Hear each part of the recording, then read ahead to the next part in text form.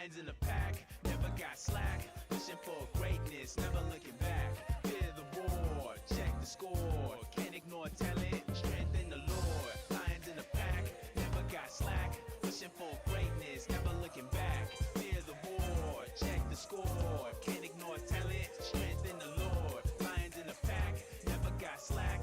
Pushing for greatness, never looking back. Fear the war, check the score. Can't ignore talent, strength in the Lord.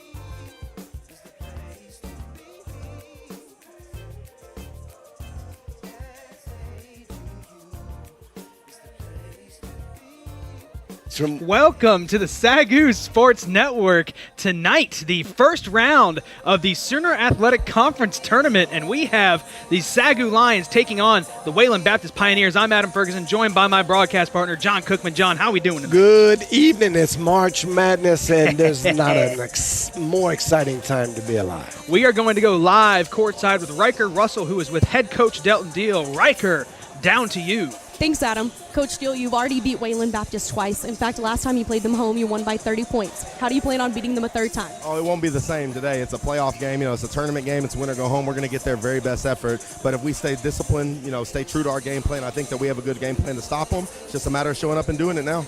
Both times we played them, Josh Kashila did a great job defending one of Wayland's best, J.J. Culver. How do you expect Cash to succeed tonight in defense, and do you expect Culver to change up his offensive game? No. Cash is one of the best defenders in the country, to be honest with you. He does this every single game. So he's going to do the same thing. We're going to have his back. We're going to guard him really well, but they got a whole team, and we're going to make sure we focus on them all and hopefully get the job done. Thank you so much, Coach. Good luck tonight. Back to you, Adam. Thank you, Riker. Thank you, Coach Deal. John, playoff basketball. It's finally here. Yes, it is, and woo! I'm excited. Excited. Just one game tonight here in the Student Athletic Conference Tournament. You're seeing a doubleheader from us, but it's just the men in action here against the Pioneers. Again, the first round of the Student Athletic Conference. Every team here in the first round is in action tonight, and we will get you score updates as we go throughout the evening. There you see the first round in the bracket. You've got Southwestern Christian, the 8 taking on the 1 in MACU. Wayland Baptist and SAGU, of course, the game you are watching right now. USAO, Texas Wesleyan, and then Oklahoma City and John Brown. All of those slated for about 7 o'clock starts, except for MACU, whose women's team, who is also very good, playing another home game. The only team, actually, in the Student Athletic Conference that has both men and women's teams having a home game in the first round. Right. And just keep your eye on the scoreboard. We'll give you updates all night long on men's basketball, women's basketball. There you see the women's bracket as well. The Lady Lions have got to do something special to work their way on into the Final Four, because that's going to be a tough game. And as you see, it's 38-68 already in Plainview, Texas. Tough team to beat are those Flying Queens. They're good. Yeah. Well coached, very good team. Nothing to be ashamed of there. But tonight, again, we have the 5th-seeded Wayland Baptist Pioneers on the road here in Waxahachie, taking on the 4th-seeded SAGU Lions. Of course, SAGU coached by head coach Delton Deal, and Wayland Baptist coached by longtime head coach Ty Harrelson. We are going to go live courtside for the opening festivities, including the opening prayer, national anthem sung by our own Riker Russell, and announcement of the starting lineups. Don't go anywhere. Round number 1 of the Student Athletic Conference Tournament coming your way right here on the SAGU Sports Network.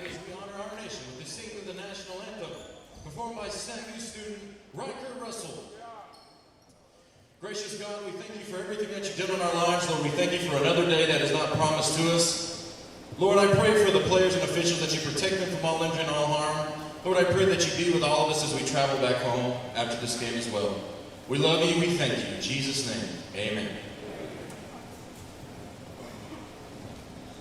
Oh, can you see by the dawn's early light what so proudly we held at the twilight's last gleam, whose much lamps and bright stars through the perilous fight, oh, the ramparts we watched were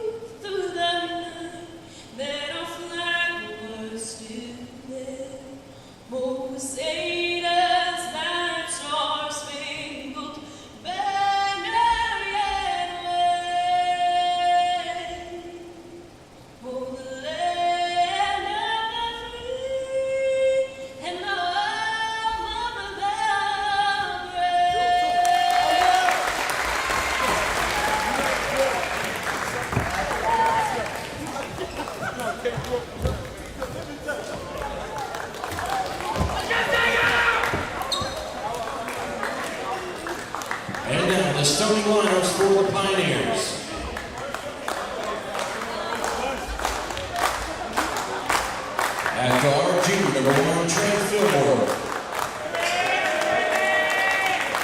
At guard, senior number 2, CJ Obinwa. At guard, senior number 10, JJ Culver. At forward, senior number 11, Jack Nobles. And at forward, senior number 23, Matthew Malloy.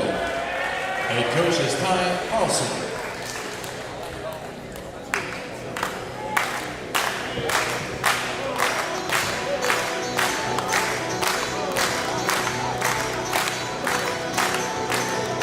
And now, the starting lineups for your SAGU Lions. At guard, freshman number 0, Hallie Turner.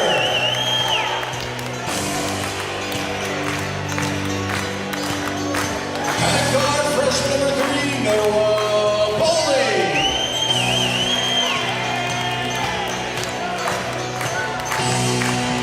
At guard, junior number 10, Josh Kashila.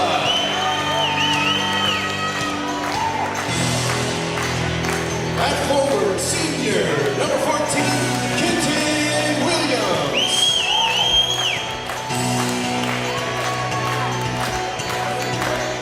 And at forward, senior number 21, Darian Davis. Head coaches Dylan Dill, assistant coaches are Ramiro Illinois, Blake Cochran, and Dominique Gregory. There you have it, the starting lineups for the Wayland Baptist Pioneers and the SAGU Lions. John, take us through the starting lineup for the Pioneers. Well, starting for the Pioneers at number 1, the point guard Trey Fillmore from Amarillo, Texas.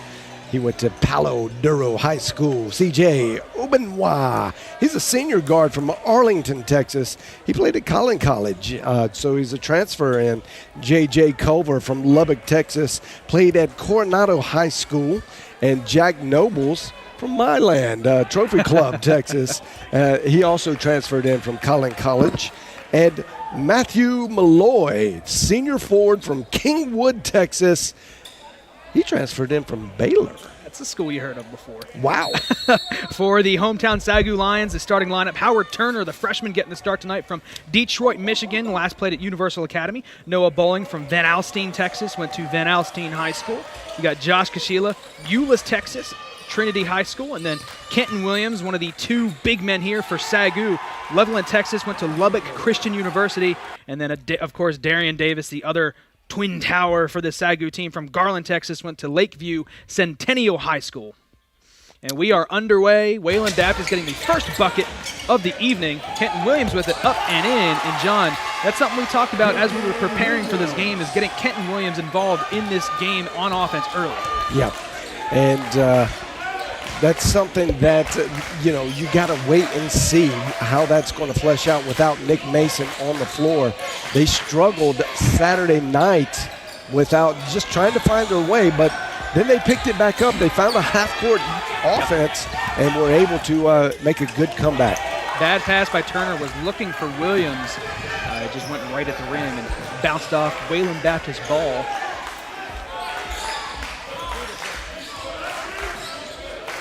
Matthew Malloy scored the first bucket for the Pioneers. Matthew Malloy, one of 4 senior starters for this Wayland Baptist team.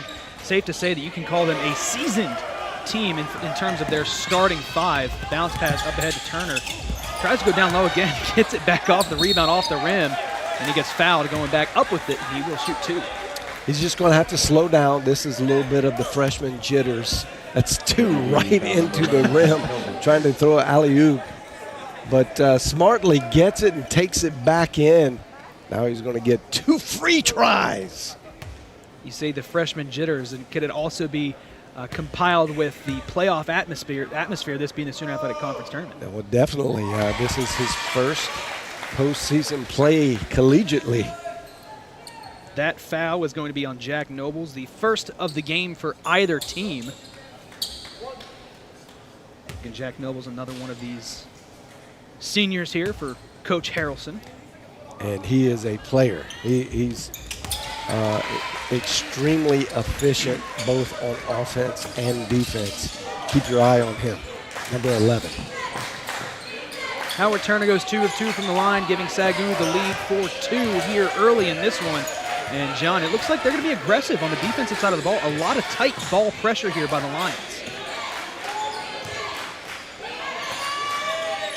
Culver is going to pull up for 3. That's no good. Rebounded by Turner. Turner goes up to get it.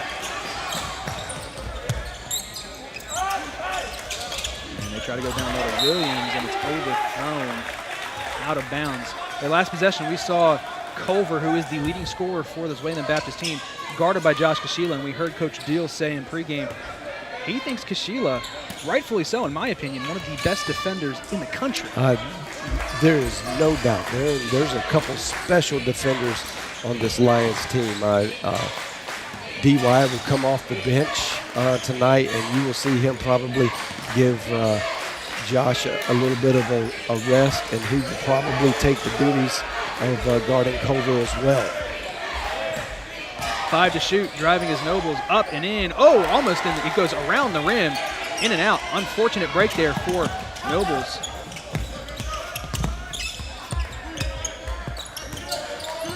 Here's Turner. Oh, good move by Turner. Mid-range jumper is good. Howard Turner. That's when he is really at his best, when he's just in the flow of the game, not thinking about it per se. When you're wide open, sometimes you tend to overthink your shot. He is extremely good just in his mechanics. When he can trust his shot, it usually goes in. Malloy goes down to the post and goes to work.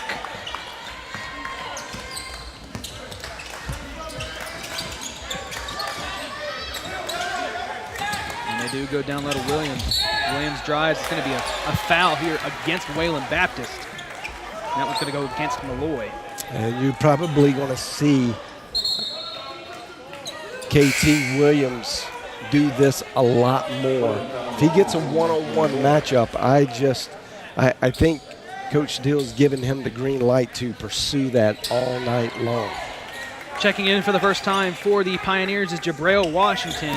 For SAGU, Mitchell McMullen checks into the game. Mitchell McMullen comes in. He's number 2 in the nation in assist-to turnover ratio at 3.5. This young man just doesn't make mistakes. Darian Davis for 3. The big man extends the floor. And he tries to get around his man. Got to recover. Down low. Yep. Got a little bit of an advantage now, and they find the open man. Corner 3 on the way is good off the hands of Trey Fillmore. That was a great way to make SAGU pay for overplaying on defense there. Darian Davis gambled, and he got tripped up, got taken out of the play. Sheila pulls a 3. That's no good. Rebounded by Obinwa. Fillmore's going to line up another 3-pointer. That one's no good off the front of the rim. Tipped and finally brought in by SAGU, and McMullen chases it.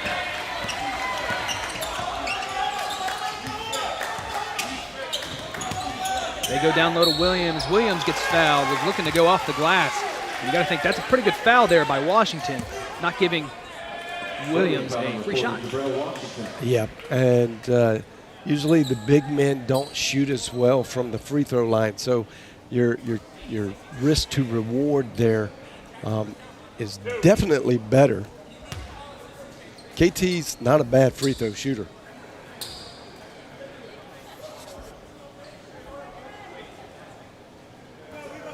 First shot by Williams is no good, so he'll get a second one.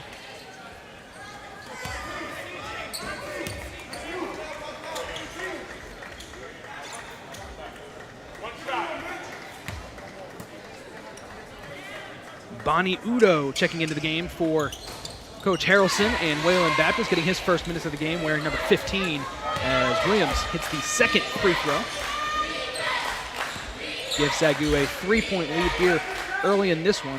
Free throws will be a big part of this game, so keep your eye on the percentage for the game. Nice pull-up jumper there by Obinwa. Found himself a little bit of space and was able to convert. They're bringing help, and that was good help by Wayland. Williams, the hook, the lefty hook is good. And he puts up the left hand. This isn't my dominant hand, he says. Loving the crowd energy right now here in the Schaefer Center.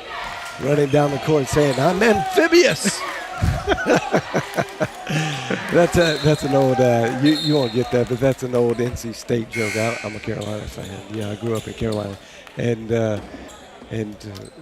one of the players back in the day said that one of his strongest assets was he was amphibious. Instead of ambidextrous. Yes. Love to see it.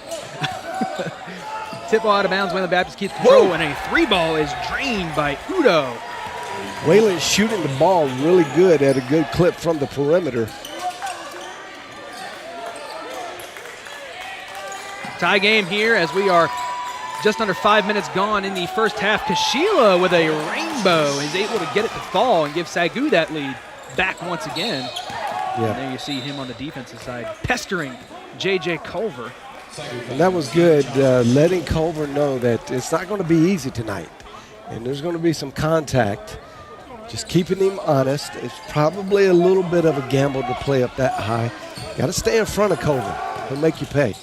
Culver going hard to the paint. He misses, was met by Kenton Williams, who had good defense straight up and down. Bowling thought about a 3, but he pulled it back down. Howard Turner may have gotten away with a carry there. And luckily that the refs didn't see that as a travel as well.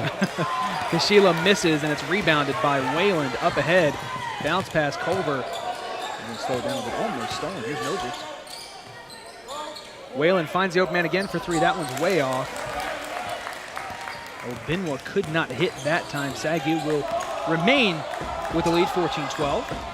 And here comes D.Y. I think he's going to give Kashila a little bit of a rest the next time. Yep. Good defense there by Obinwa. Strips the ball from Williams. Gets his own, really his own strip, but that foot comes down on that back line just barely out of bounds. So SAGU will get possession back. And there you say, D.Y. comes in for Kashila. Danny Sims, he is a lockdown defender as well.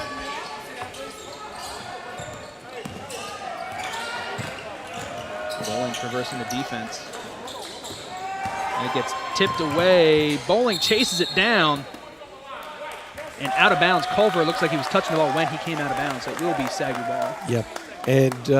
And you see there, that's what happens when your center makes the pass up high. Just telegraphs it. SAGU ball with 16 left to shoot. Sims to inbound it.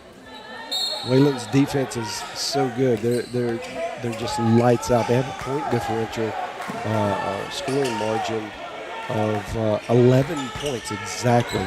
So they outscore their opponents by 11 points a game. SAGU's got to get the shot off, and they do. Darian Davis, deep in the shot clock, is able to hit the 2-pointer and put SAGU up 4.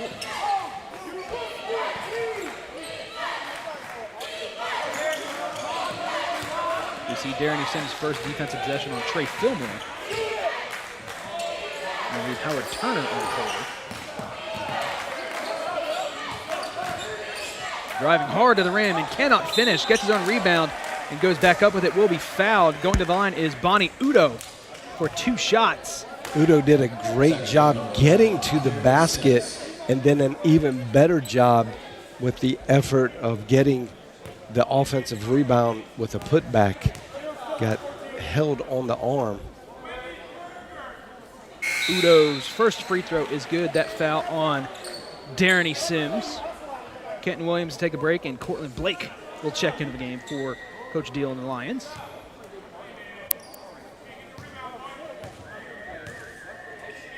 Second free throw on the way from Udo is good. He goes 2 of 2 from the line and pulls Wayland Baptist to within 2. 16-14 lead here for SAGU and the Lions.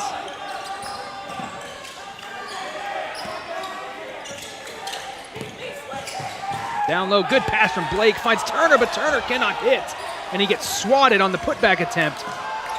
And finally brought in by Jabril Washington. Very fortunate for Wayland. Turner blew the absolute point-blank money.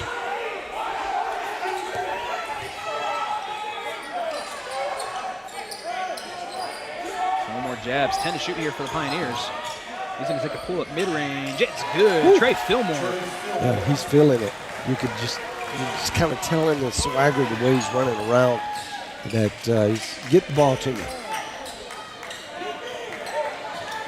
Oh, good pass from Blake. Finds Turner again. The lefty, he hits from 3. Howard Turner. Best shooter in the gym.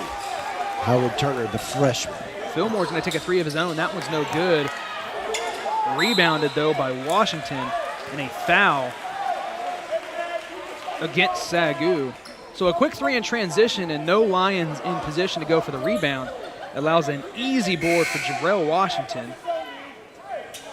And they're going to get Darren Sims for his second foul. He will remain in the game for the time being. Kashila comes back in, and Mitch McMullen.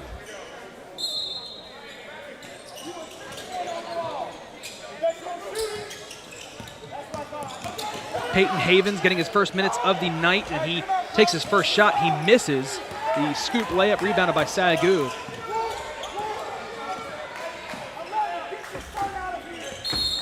And you get Kashila for a travel. We've seen this called a lot this year. Yeah, he did. He picked up his pivot set, but it's one in the past that you really just didn't see called that much.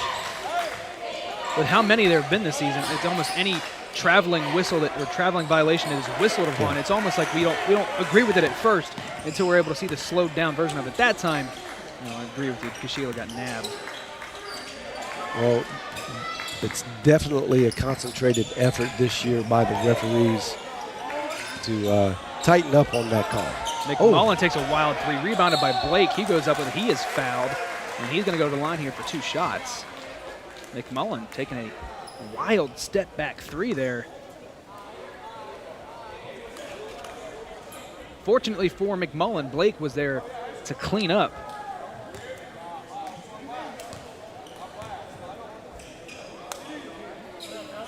Blake's first free throw is good.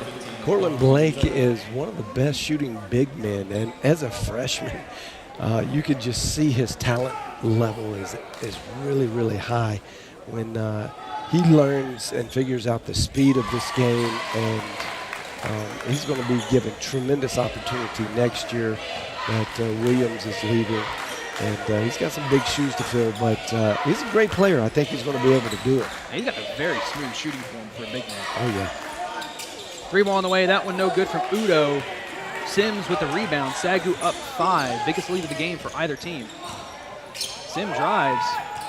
Layup no good. Kashila tries to follow it up. Could not bring it in cleanly. Here's Nobles. Good hesitation. He gets fouled. He gets hit on the head by McMullen. He's going to go to the line here for a 3-point play. Yeah. KT thinks it's on him, but it's not. It's on McMullen. There you see the right hand hit Yep. the head. And they could have lived without that for sure, because you're fighting behind the whole time. Why take the risk? And Nobles, just know who you're guarding. Nobles is a great paint offensive player. He does miss the free throw. So no harm done there on the foul by McMullen. 3-point lead here for SAGU, 21-18. As we're about halfway gone here in the first half. Terrence Hubby checks into the game for the first time. Kashila pull-up jumper from the elbow is good. Josh Kashila, another name that we talked about as we prepared for this one. Another name that gets hot here on offense in the absence of Nick Mason. Absolutely. Yeah, and they missed him a little bit in the last game. And he's going to make sure that that's not going to happen again. Nobles takes a 3, no good. Offensive board by Washington. They're going to take another 3. Culver this time. He hits. J.J. Culver with his first points of the evening. The awkward-looking 3 finds its way in. Culver almost comes away with a steal. Kept alive by Sims.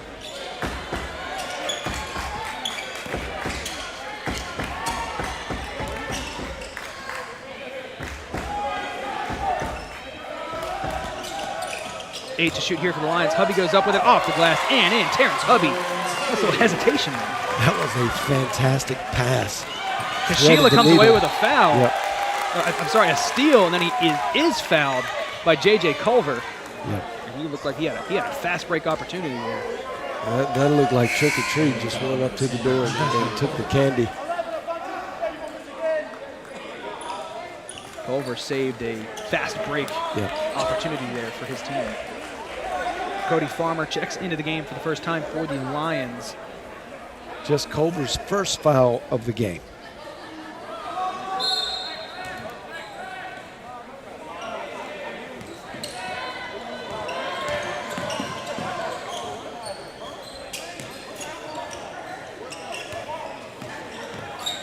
Sheila takes a pull-up three, no good. Rebounded by Havens up ahead with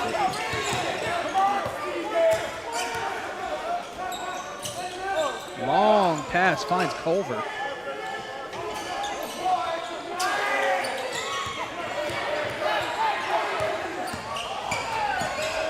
Kafisi tried to leave it for Nobles. That was actually the right leave, too. Nobles was leaning back, kind of backing out. Watch, he kind of backs out right there.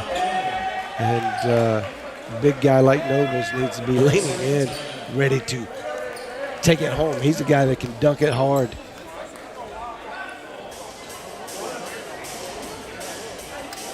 Timeout here by Coach Harrelson. I don't think he's too pleased with that offensive series there. Understandably so. They were a little bit out of system right from the beginning, and it didn't look like they were trying to make it back up. There you see the updated scores here in the first round of the men's Student Athletic Conference. Of course, you have the game here in Waxahachie, 25-21 SAGU. Texas Wesleyan beating USAO 26-23 currently, and John Brown leading Oklahoma City and the Stars 23-17. Of course, those top four seeds in the tournament all have a one-game home court advantage, which is why we get to have one more game of Lions basketball here in Waxahachie. Keep your eye on that USAO game. That is, USAO is a good team, especially to be a 6-seed team. Want to get it for travel, yep.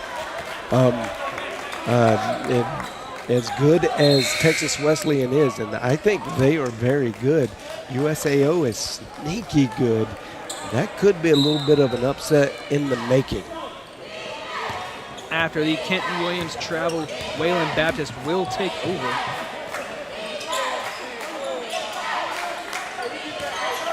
Jordan Brannon checking in for the first time for the Pioneers. Kick out Kafisi. Corner three, the lefty, no good. Kenton Williams with the rebound. Yet another one. He's going to have a double-double tonight for sure. Williams, Euro. Offensive foul going to be called here against Kenton Williams. He does not agree. I don't know how that would be even close. The player's not even remotely set. Unless they called him for maybe an elbow as he was driving. I don't think so. He gave the charge signal. Regardless, that's going to be Kenton Williams' first foul.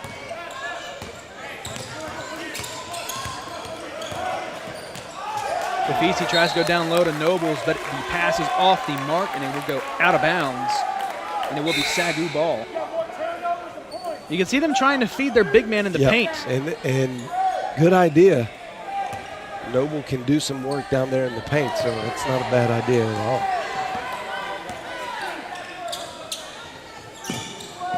Kenton Williams checks out of the game. Hubby missed the backdoor cut by Kashila. He was wide open. Kashila's going to get fouled by Nobles.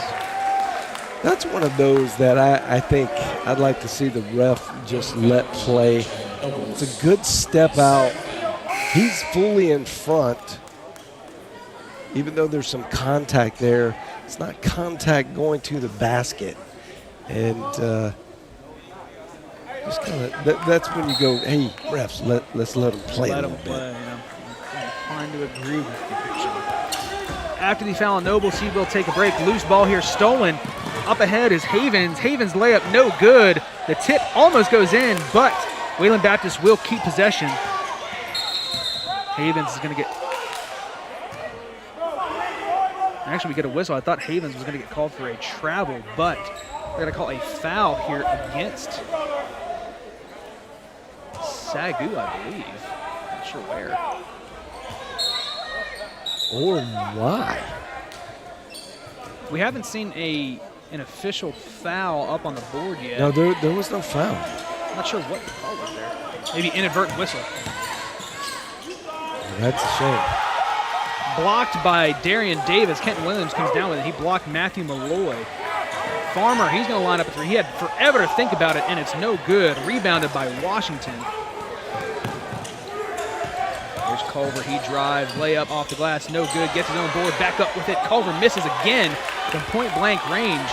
Rough start to the night here for J.J. Culver, their leading scorer. And he had a bad night earlier in the season when There you see a good pass by Davis to Kashila. the Pioneers came to the Schaefer Center.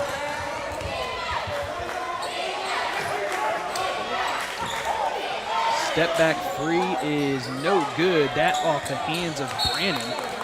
And then out of bounds on the rebound will be SAGU ball.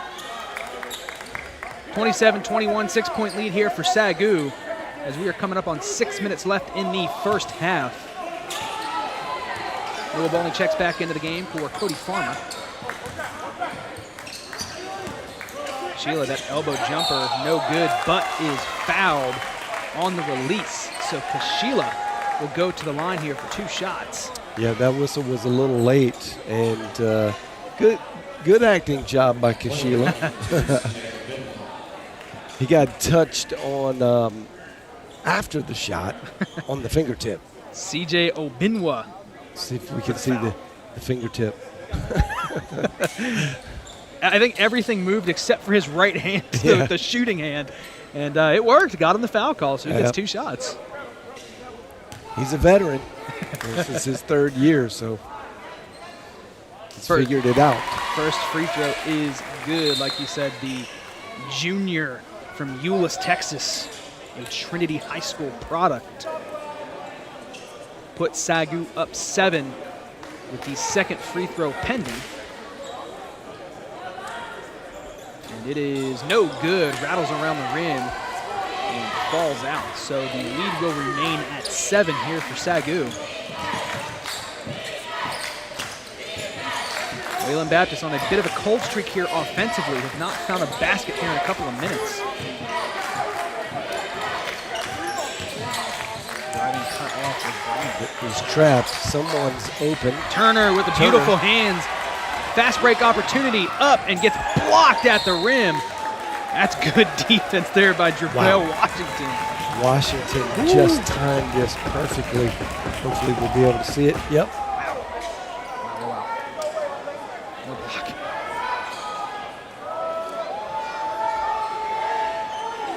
Turner will figure that out in the years to come. Just come to a two-step stop right there under the board.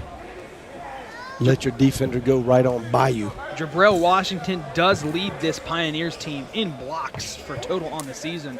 Yeah. He's just an absolute force at the rim. And I believe that's one of Wayland's highest ranked. I'm looking through the stats. Flyer statistician could get us there. You see, yeah, we were talking about total blocks. as Yeah, a yeah, team. that's their Insane. number 1 attribute, and they rank number 6 in the nation, number 7 in the nation per game of blocks, and number 6 in the nation total blocks. Very good at the rim. And Washington definitely helps that case. The wraparound pass looking from Blake is thrown away, so it will be a turnover. Now up ahead is Wayland Baptist. Trey Fillmore checks back into the game.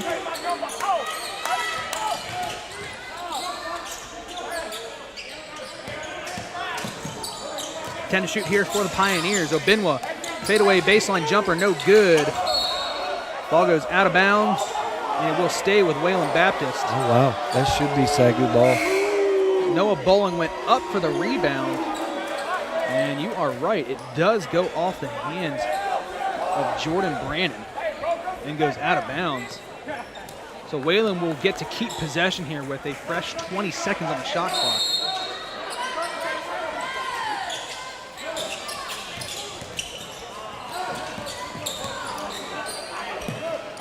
Culver. Culver with just the 3 points so far tonight. Udo drives on Blake. Oh, good move. Yeah, man. Able to get that shot off. Bowling dribbles around the defense, but he is out of bounds. We've seen it a lot this year for the Lions. Driving baseline, trying to set up some offense. You'll see it Just stepping here. on that baseline. Yeah. Just out of bounds.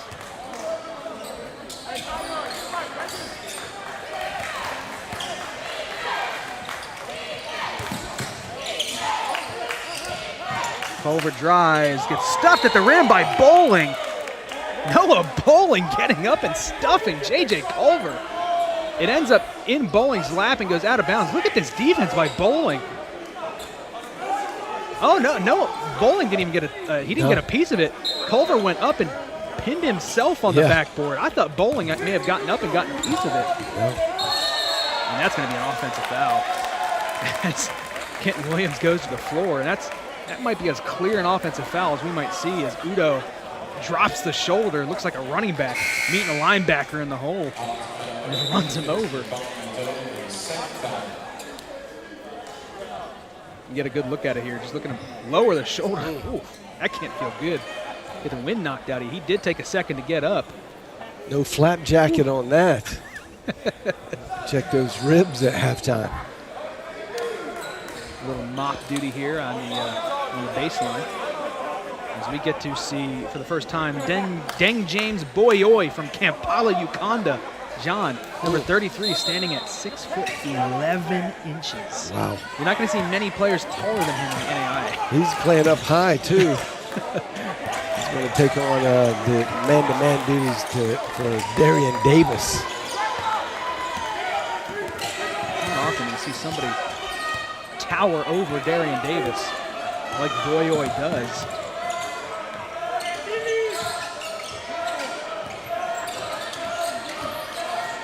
Good move, finds himself an open jumper, no good. Rebound tipped by Washington, but brought in by Sheila. Washington's not small either. No, they have a very big lineup right now, does Coach Harrelson and the Pioneers. Two big men. They both do lead the team number 1 and 2 in blocks. Yeah, that's a shove at the forearm. Trey Fillmore gets called for the foul. Good defense by Bowling. Actually, just a shoulder. Just a shoulder.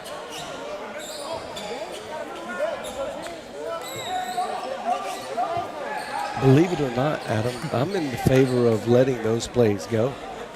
Really? Yeah.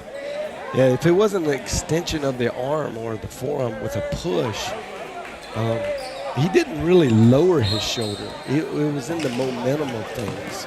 And as long as it wasn't intentionally. No, that is a mistake there by SAGU. Darian Davis started running the baseline, and it was not a made shot. Turnover, yep. Yep, that is a turnover. You cannot do that. Well, I meant it was out of bounds on that turnover. Yep. Or an offensive foul. Same thing. Either way, yeah. Mental lapse there for SAGU. We'll see if they can make a stop here on defense to make up for it. They get it in bounds from Nobles.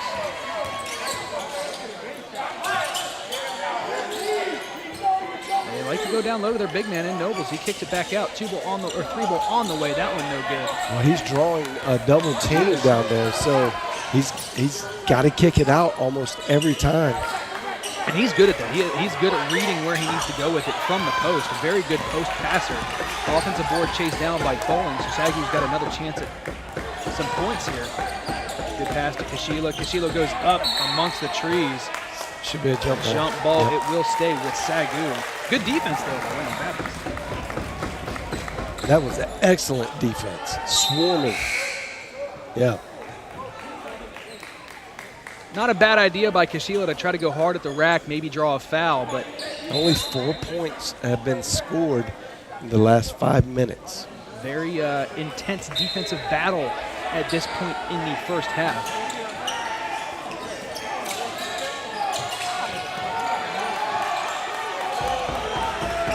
2 seconds shoot. Bowling has to scoop it up, and he hits the rim. He just had to try to get a shot off. And he did. Yeah, I don't know how he got it off. That was crazy. Great defense was being played on him. Wayland Baptist takes over here after the tough shot by Bowling fails to fall. Fillmore's going to line up a 3-ball. Short, no good. Rebounded by Kenton Williams. He chases it down. Went up over Boyoy to bring that one in. Wow. That's tough. Yeah, it's a good box out.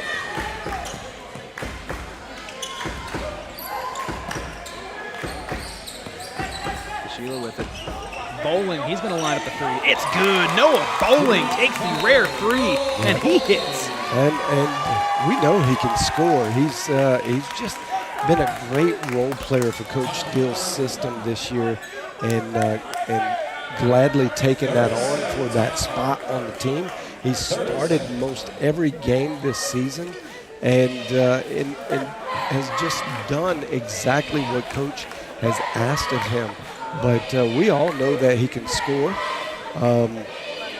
Coach Deal found him in the intramural leagues here on campus. What a story. Yeah, and he had a 96-point night one night, and you know, it piqued the interest of the coach. And of course, and I think it was a good decision to have him come at least try out. And of course, he made his way. He earned his way onto this team, and has really earned the respect of his teammates.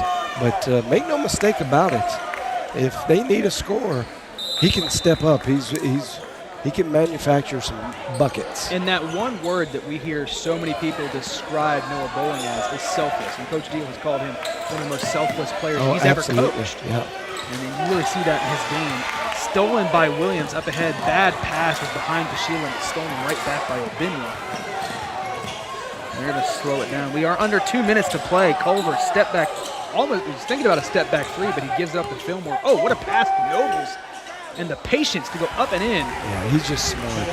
Incredibly high IQ in basketball court. Jack Nobles pulls the deficit to 6.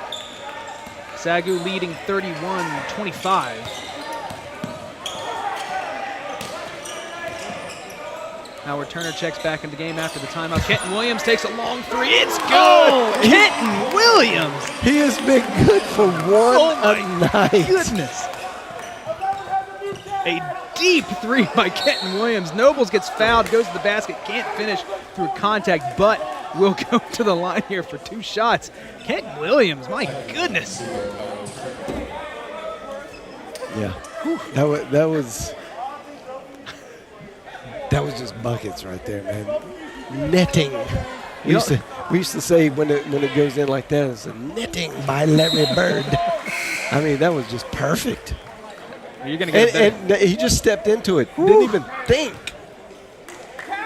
Confident shooter is Yes, Kenton sir. Williams. We've seen both SAGU big men make a 3-point shot tonight. Darian Davis hit one early, and then Kenton Williams with one here to bring that lead out here as we get close to the close of the first half. SAGU up 8. Oh, good pass by McMullen. Gets it to Hubby, and Hubby is fouled. They're going to call it the block, and not on Udo, who went up for a block. It looked like he had pretty good positioning. He did. He had great positioning. And Hubby went up pretty straight. I mean, you're going to get some contact right there. I don't know that was actually a charge either. I think that's a good no call. Or it would have been a good no call. Hubby's first free throw is good. There you get a look at it. He gets the pass from McMullen. Good pass from McMullen. That was fantastic. Number 2 in the nation. Assist to turnovers. Hubby goes 2 of 2 from the line, pushing the lead back, or out to 10 rather. Biggest for the game for SAGU, 36-26 as we are under a minute to play. Here's Nobles backing down Williams. He gets deep in the paint. He can't finish, Wow. but gets his own miss and puts it back up and in. That just looks like it's easy for Nobles. That looked like a tango-style dance right there, man. He was just working him back and knew that KT did not want to get the foul, so he was going after it. Smart. Williams drives, kicks it out to Kashila. He's going to step in for a mid-range jumper. That's no good. Air ball Up ahead, shot clock is turned off. Culver with it. He slows down. We are at 10 seconds left to play in the first half. SAGU leading by 8 points. They kick it back out to Culver. Culver drives, layup up and no good, and that will do it for the first half, and SAGU goes into halftime with an 8-point lead, 36-28. Culver had a really good look at it, but just couldn't finish there at the rim. We are going to go live courtside to Riker Russell, who's with assistant coach Blake Cochran. Riker, down to you.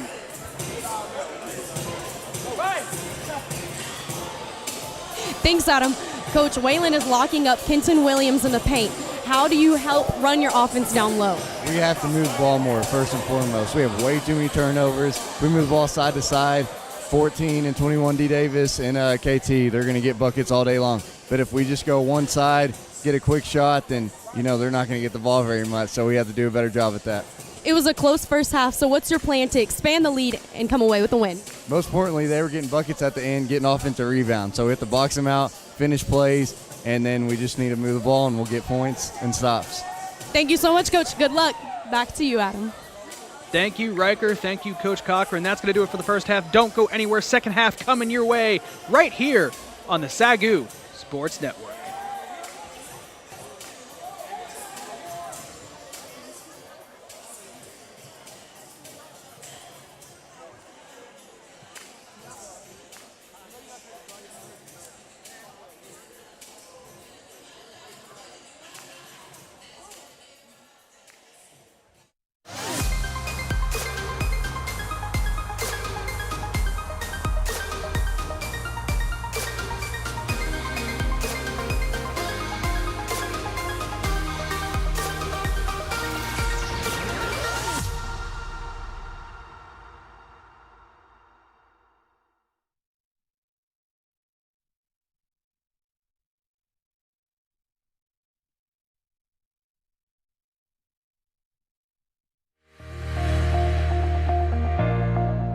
In the recruiting process, we went to a lot of NCAA, D1, D2, D1 AA, FCS, FBS, just all of them. And it's quite a process. And what we like about the NAIA is that's what they're focusing on, is the student athlete and their character and their future, and it's about them.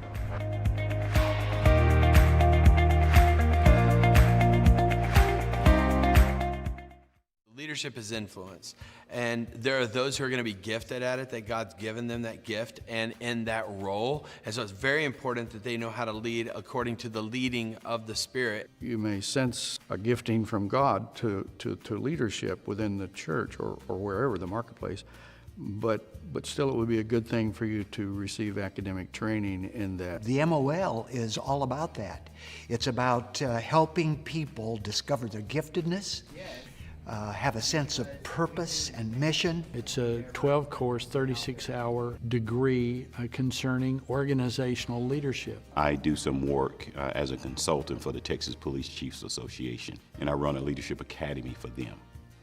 But I didn't have the credentials other than self-study. It meets the need for those who are leading ministries or churches. There's people in there who aren't pastors, who are business people, who are in all kinds of education fields and law. We've had lawyers, we've had military people. From school teachers to administrators to pastors, associate pastors, leaders of nonprofits, leaders of for-profits.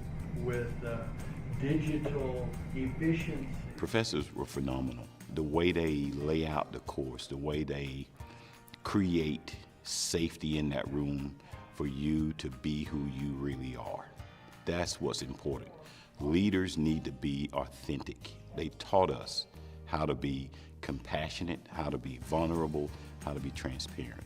But we recognize that there are people on the field who may not be professors, but they've got something to say. So we have two different kind of MOL programs. We have that it can be totally online, or we have what we call an executive MOL, where we bring in a practitioner. Learn how to manage people from your heart, not just from your head. And for 3 days, they have an opportunity to hear the passion, the heartbeat of an energized leader. They have an opportunity to rub shoulders with and hear from someone who is doing it from the field. When I came on campus, it was like a retreat to me. It was refreshing. It was to sit in that room with other practitioners, and we're talking God the entire time. Talking leadership and we're talking God. Some people go, are you a born leader or are you not a born leader? Well, I think there's some people who have giftings that they have a gift like that, but everyone should be able to grow in it. And so you may be not so good, you can become good. And there's others that are gifted, but all of us need to grow and be able to influence for good.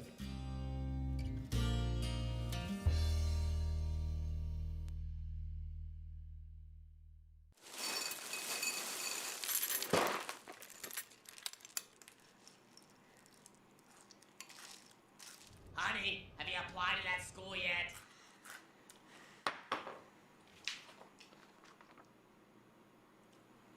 Not really into purple.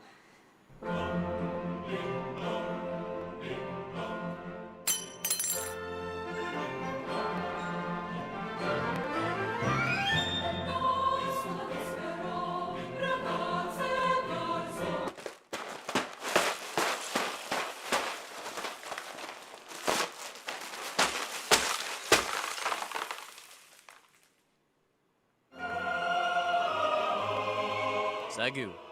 Never say no to a lion. I go back to J.C. Watt's definition of character that he was taught by his grandmother when he was a little boy. He said, character is doing the right thing when nobody's looking. We felt the best way to change human behavior was not necessarily to always be on people's backs, but rather it was to catch them doing something right and to reinforce it.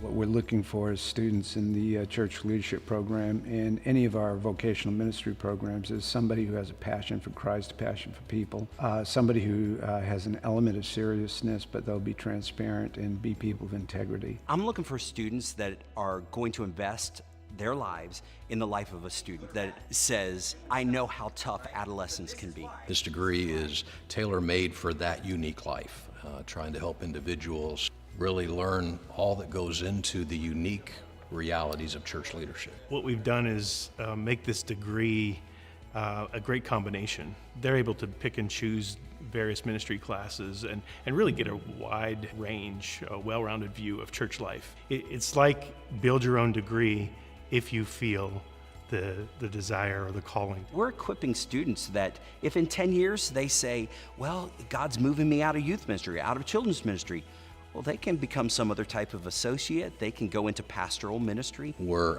increasing the internship component that goes alongside this degree. And so, this gives a good potential. A student can be plugged into a single church for 3 semesters. They could be plugged into 3 different churches. If it's children and family classes, then, for example, there's one called Creative Methods, ballooning, juggling, clowning, all of those kinds of things that we're going to cover. We also have a course called Issues in Childhood and Family Life. How do we do care for people who've gone through abuse and neglect and divorce and all the tough things that come in life, especially in the lives of kids? I discovered that along with other things that I had been doing. And in pastoral leadership, they're going to get courses such as ministerial ethics. They're going to get courses like pastoral leadership itself, but then they'll also pick up things like hermeneutics and systematic theology to go along with preaching courses and pastoral counseling courses. They're going to be learning, some of the practices of ministry, certainly, how to communicate, how to lead a service, how to, develop ministry, but they're also going to learn a lot about dealing with people, things like how to help a church turn around one that's been struggling, or how to plant a new ministry. Whenever I talk to freshmen, I say, don't think that you're purchasing a 4-year degree. I said, you're investing in a lifelong relationship. Ministry can be a very lonely place, and our role is that they know they always have a friend at Southwestern. Ministry is not necessarily the easiest thing they'll get into, but it's something that they commit themselves to, not because of their it's a profession, but because it's a passion in their heart. Jesus gave us a lot of indications of that, showing us that in his kingdom, leadership will operate differently than it does in the world around us. The sense of servant leadership, working with individuals who maybe at times are in deep distress, trauma, great need. So degrees in church leadership are there to help address that.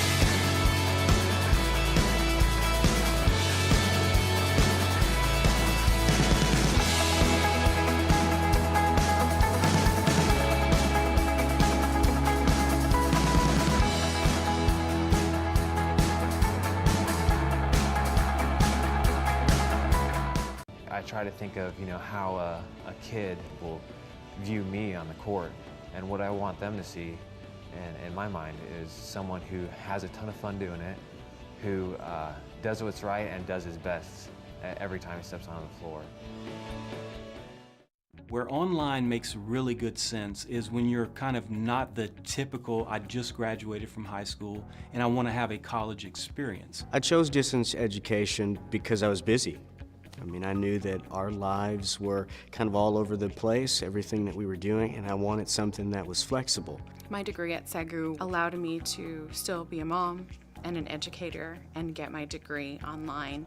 I was able to tuck my kids into bed and get everything that I needed to get done, and while laundry was going, I was studying. If you have any questions, certainly give me a call, shoot me an email, and I'll be glad to help any way I can. We have an asynchronous program, so videos are going, students are accessing the course on their own schedule, which is a convenience of online education. So the online provides the way to get the academic credit that you need to advance your career path, advance your learning and your skills. Well, a lot of what we were doing with our resident assistants was preparing them to teach their halls. And then of course I'd have the opportunity to teach as well. So I was training, but then I was also teaching the whole dorm. And so I found that a lot of the tools that I was getting from my classes was really helping me to prepare my RAs and to prepare myself to minister to our students. My master's degree in education at SAGU allowed me to have a bigger influence on more than just students, but also educators. With the door that this degree opened, I was able to take this position that really didn't exist before I graduated, and I was able to move into that. In SAGU's philosophy, we want to connect students with a faculty member that is curating the content, and they are providing the content we feel is important for that particular course the way that it is presented in. Welcome back to the SAGU Sports Network as we are seconds away from the second half of action. Let's take a look at some of those first half stats and tell you why SAGU's got that 8-point lead. John, the disparagement in the field goal percentage between the Pioneers and the Alliance. Yeah, well, and that wasn't the case in the first 10 minutes. The first 10 minutes for both of these teams, they were red hot and both kind of cooled off, but Wayland just found it hard to continue to make any buckets in the last 10 minutes, and they just kind of stayed static. I remember at 7 minutes and I think it's 43 seconds, they had 23 points. So from that mark on, they scored 5 points. Yep. And that's tough. But fortunate for them, SAGU didn't go on a tear either. Right. Yep. So they're both teams playing well below their average. The Lions come in tonight with a 92 points per game average, and Wayland's sitting at 80. Yep. So this kind of plays to Wayland's favor, I think, in this second half. If they can really play some lights out D, they will be in this game at the end, and it should be a little bit of a barn burning. We will see Wayland Baptist start out with possession here in the second half. Again, SAGU with an 8-point lead. We got a quick whistle here. I'm not sure what. I don't think the shot clock started. It didn't start quite on time. So they'll deduct a couple of seconds to make it accurate. And we'll get another inbound play here by the Pioneers. And we were talking about the tall guys on the floor. Well, I just want to point out to one of the taller guys on the floor is the ref that just handed the ball. He is tall, isn't he? Yeah, he's real tall. They go down low to Malloy. Malloy gets fouled. It will be on the floor. That's an early one for KT. It is. Don't want to see that if you're a SAGU fan. Just a second foul of the evening. So not anything to be alarmed about quite yet, but keep an eye on it here.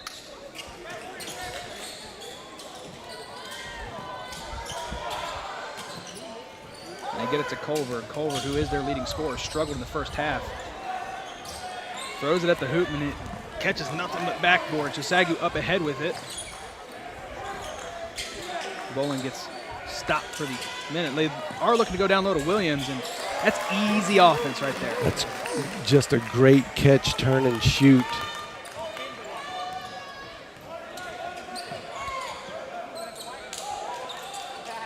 Bowling played some great pressure defense way out, forcing Wayland to think about it.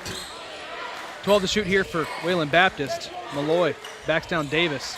He gets cut off. Good pass to the corner. 3-ball on the way short, no good, but getting his own rebound is Obinwa. Culver drives, he kicks it. Malloy up off the glass, no good. Darian Davis with the board. Up ahead, here comes Noah Bowling.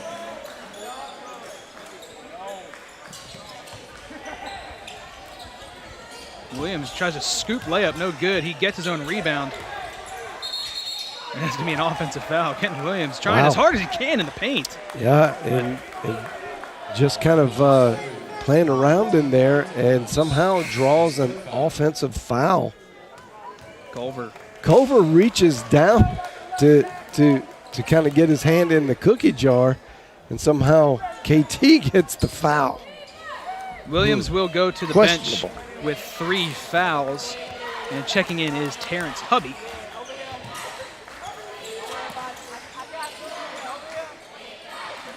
Also checking in for the Pioneers is Jordan Brannon. They go down low to Nobles. Nobles trying to go to work, spins through the double team, gets it stripped away by Bowling, and it'll go out of bounds. Wayland Baptist will keep possession with 8 to shoot. Nobles doing great work down there. Look at this spin move right here. Goes in between, splits them. If Bowling's not there, that's an easy 2 from the left side of the backboard. Got to take a shot, and he hits the long 2. Jack Nobles. He will be a key part of this offense going down the stretch here. I'm sure we're going to see a lot of that 2-game entry pass down to Nobles. Just let him go to work, especially with KT having 3 fouls. Oh, good pass down low. Kashila misses the easy layup. It's tipped out by Davis, And SAGU keeps possession. Fortunately, they go down low to Davis. And that ball goes out of bounds off of Bowling. And it hits one of our younger fans in the crowd. Yikes, heads up, young man. Ooh. Hopefully he's okay. Just unfortunately caught him in the head. Yeah. His daddy's down there. They'll rub some dirt on it. Culver gets rung up for an offensive foul. His offensive woes continue to struggle.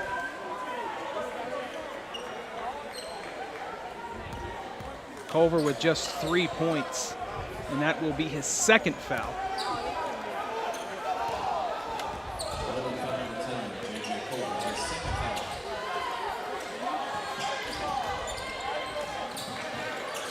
So SAGU takes over with that 8-point lead, 38-30. Kashila, step back jumper. He's going to get fouled and go to the line here for 2 shots.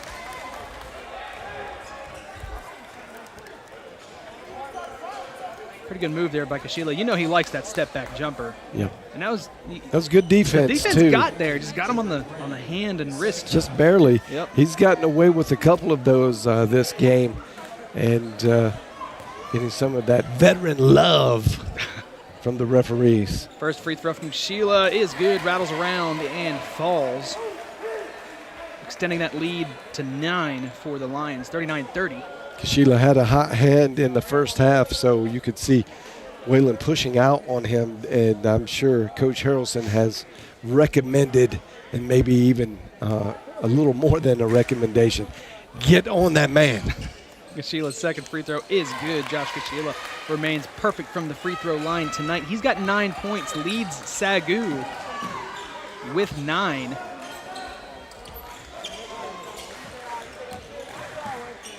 Free ball on the way. That's no good. In and out, Darian Davis tips it to Culver. Culver up and in. J.J. Culver is finally able to get back on the board on offense. 5 points for Culver. Turner drives, goes up off the glass and in. Impressive move by the young man. It was a fearless way to go to the basket, and he's a lefty, so it was kind of natural for him to be able to use the other hand. Darian Davis doing what he does best. Well, maybe not best, but doing what I don't he know. does That's very a good well. argument. He protects the rim very well. One of the premier shot blockers, not only in the Student Athletic Conference, but in the nation. He's one of the best. They have him on Nobles now. They do go to Nobles. Nobles backing down. Good pass out of the post. Layup, no good, but a foul is called. That was going to go on Darian Davis, and to the line for 2 is Jordan Brandon. Just the first foul on Darian Davis. Kind of a late call there by the official on the baseline. Yeah, it was a late call. You think maybe he was waiting to see if the shot fell? It could be. It can, that can happen. Brandon's first free throw is good.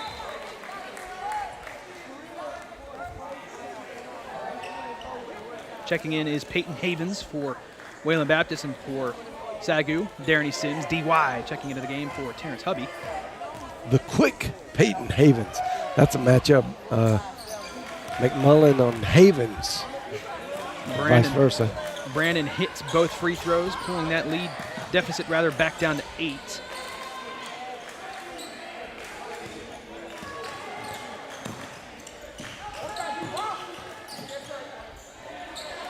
Darian Davis pumps, kicks it across court. McMullen with it. 11 to shoot here for SAGU. Turner jabs, drives to the basket. Turnaround jumper from the free throw line, no good.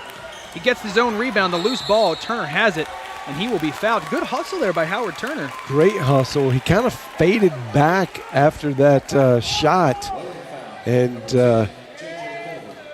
it was short, bounced just in the right spot, and he noticed now crashes. In between 4 Pioneer defenders, and he's able to go get it. Great hustle by Turner. Foul happened on the floor, so SAGU will get possession on the inbound. Baseline jumper from Kashila. That's no good. Rebounded by Brandon. Havens driving, but SAGU cut off.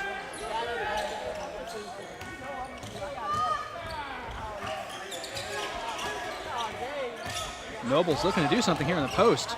He backs Davis down. Wow. Layup up and in. High layup there. High arcing shot, rather, by Nobles. High off the glass, and he wanted the foul. He did want the foul. Saying got hit on the hand. Darian Davis is going to pull a three. That's no good. Yep. Not really something you want to see early in the shot clock by your big man. And a good layup there by Obinwa over Darian Davis. And Coach Deal wants a timeout as Wayland Baptist has pulled to within 4. Darian Davis reluctantly going over to the bench because he knows what he is about to hear. And it was just one of those moments that he let the emotions of the game get the best of him because Nobles took him to school down in the paint. And then he comes back and wants to get that back. And he's made one. So in his defense, he's made one today. Yes, he's 1 of 2 now. There you go. That 50% shooting from the three-point line, I think you learn to live with that. Maybe call it quits and go down in the paint. 50% on 1 of 2 shooting you're okay with. Yeah. Full timeout here for Coach Delton Deal as we take you to the score update around the Student Athletic Conference this first round of the tournament. We got a good one up in Fort Worth, Texas Wesleyan leading USAO 55-54. And you say keep a close eye on that matchup. Yeah, USAO is a very good team, super athletic, and they can run with anybody. It would not be surprising to me to see an upset there, although I think Texas Wesleyan is very good as well. And matter of fact, I was on a basketball show a couple of weeks ago, and the pundits were doing their postseason picks for the national tournament, and I picked Texas Wesleyan to make it to the Final Four. And so it's not. I'm just saying that's how highly I think of Texas Wesleyan, but USAO is that good. And you wouldn't be surprised, honestly, if a team coming from the Senior Athletic Conference did make those Final Fours. We talked about this earlier on in the season. 11 times, 11 times in the last 19 years? 20 years. 20 years that a team from the Senior Athletic Conference has been represented in the finals. 8 times they've won it. So a very prestigious conference is this Senior Athletic Conference. So it's really one of those conferences where anybody can beat anybody on any given night. It's great basketball in the NAIA from the Sooner Athletic Conference, no doubt. SAGU gives it away on their first possession after the timeout. So here comes Wayland Baptist. They've got 6 to shoot. Obinwa with it, guarded by Kashila. Step back three-pointer on the way is good. CJ Obinwa pulling the Pioneers to within 1. Beautiful shot there. Coach Harrelson has his team believing in the half-court offense. Shot blocked by Washington, but then stolen away by Turner. Referee is in play, so the ball stays in bounds. Up ahead, Turner. Step back, mid-range jumper is good. Howard Turner hits. Heads-up play by Howard Turner to remember the official is in bounds. If it hits the official. I think he initially assumed that it was going out of bounds, and it stayed in. So it was on its way, absolutely. Got it. And Coach Ty Harrelson is beside himself. But, I mean, that's got to be something you got to realize. The official is in bounds. It doesn't matter if it hits him or not. 7 to shoot here from Wayland Baptist. Nobles with it. Pumps, goes up, and cannot hit. Darian Davis tips it to McMullen. McMullen up ahead, dribbles it around, slows things down. That is fortunate for the Lions. That shot was about halfway down by Nobles. Kenton Williams goes up and gets fouled and will go to the line here for 2 shots. Yeah, no, that was a fantastic move by Nobles, and he just put an extreme amount of pressure on Darian Davis to defend. Davis had him covered up, and I think there's a little bit of a conversation between Nobles and the referee going on right now, saying, what do I got to do to get that whistle blown? Kenton Williams' first free throw is good. That is the second foul on Jabril Washington, the leading shot blocker for this Pioneers team from Waco, Texas. is Washington, the junior. SAGU goes back up by 5 as Kenton Williams goes 2 of 2 from the free throw line that trip.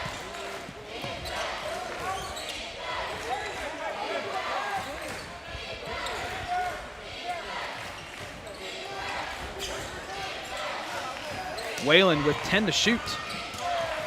Nobles with it, trying to back down Davis. Swing pass, 3-ball on the way is good. Trey Fillmore. What a shot. Good pass, though, by Nobles. He started off hot in the first half, and now he's feeling it again.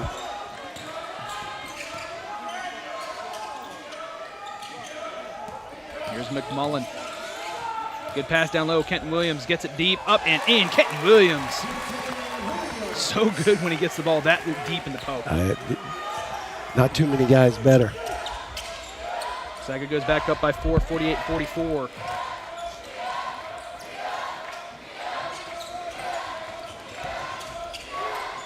Washington with it. Doesn't do a ton of shooting, does Washington. Nobles is going to line up a 3.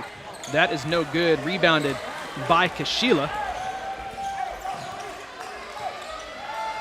Williams asking for it again. Why not? He's the hot hand right now. On Washington. Goes up, off the glass, up and in. Kenton Williams dominating right now down in the post. You're seeing this is a game of the big men now. Although Nobles took the 3 the last game. It's been basically KT Williams and Nobles show here in the last 3 or 4 minutes. A lot of fun to watch these guys kind of go after it, and both are putting the teams on their back, trying to get an all-important postseason win.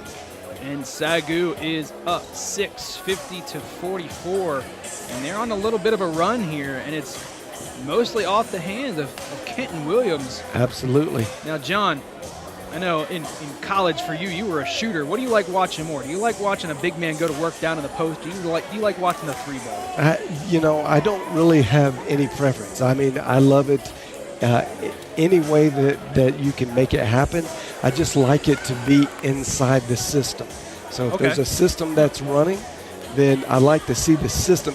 It's kind of like we've heard Coach Clem watch. He's got the Romanian. He's from Romania. The SAGU men's head soccer coach. Exactly, and he talks about soccer as being the beautiful game. One of it is, it's elegant and it's gorgeous when you draw up a play and you make the play happen. That's exactly the way I feel about it in basketball. That's why I like, the end of the game, the tight games. I think that's one reason everybody likes it, is you like to see the chess masters go to work and the coaches draw up a play, and then you see it executed. It's so much fun. Coming out of the timeout, Wayland Baptist with possession, as they just called their 3rd timeout of the game, and they will inbound it from the side. 23 to shoot for the Pioneers.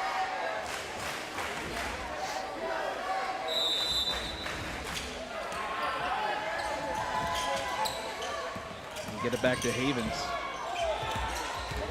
Driving baseline, they drop it off for Nobles. He's cut off by Davis.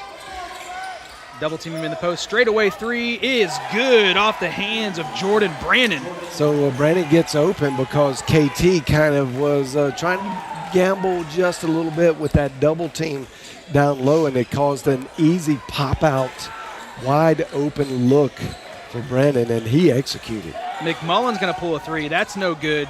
Kashila, big board over Fillmore. He goes back up with it, and he hits. Josh Kashila converting the second chance opportunity. Working hard on the boards, and then gets himself some points off that second chance. SAGU up 5. They got the matchup. I think Wayland has the matchup. I don't know if they recognize it. KT on Nobles. Oh, good move by Brandon. Fadeaway jumper is good. That's a pretty offensive move by Brandon. Man, that was nice. Kashila drives, gets it stripped. It goes out of bounds, and it will go to Wayland Baptist. Good defense by Obenwa. Yep. Looks like it did hit off Kashila last. 3-point lead here for SAGU, 52-49.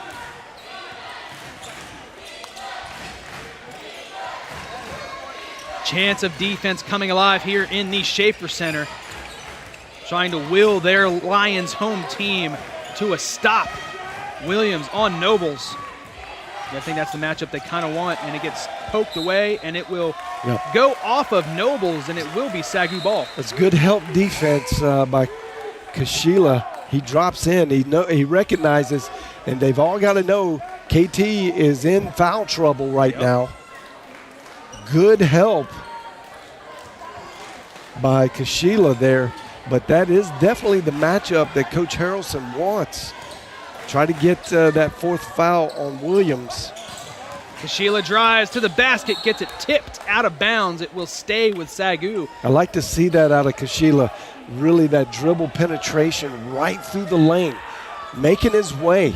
And that's SAGU needs that now without Nick Mason. Someone's got to step up and be that dribble drive type player, slashing to the basket. They go down low to Williams. Almost loses it, goes up and gets fouled. And he will be going to the line here for 2 shots.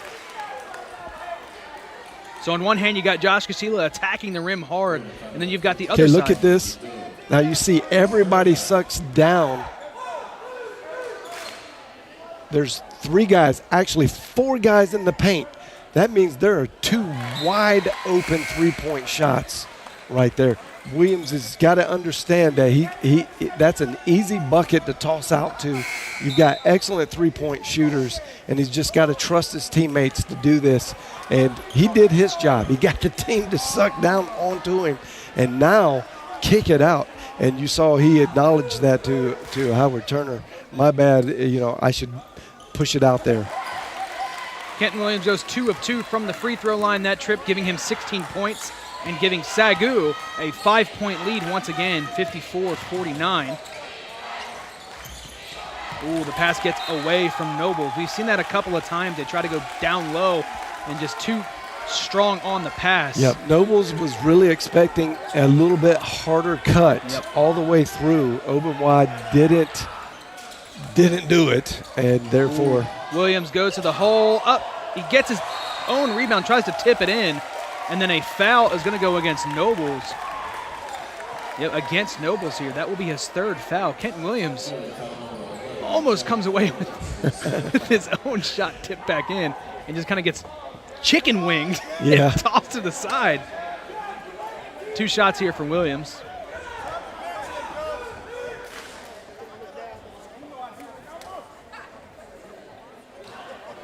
He hits the first. I don't know why he crashed the board. He gets 2 shots here. Well, he knows how important every bucket is. So. Second free throw on the way for Kenton Williams. Got 17 points, looking for 18 with this free throw attempt is up, and it is no good. Rebounded by Obenwa. So SAGU now under 10 to play. SAGU leads by 6, 55-49. Straightaway 3 off the hands of Brandon is good. He's starting to heat up here. Jordan Brannon. I think that's 8 points in just a couple of minutes for Brandon. Gives him 10 on the game, but 8 in the second half, absolutely. Brandon heating up here for Wayland Baptist. SAGU looks to answer back up 3, 55-52. Try to go down low to Kenton Williams, got hooked, and his pass is thrown away. Bender drives baseline up off the glass, is good. CJ Obenwa. Just like that, Wayland brings it back to a 1-point game.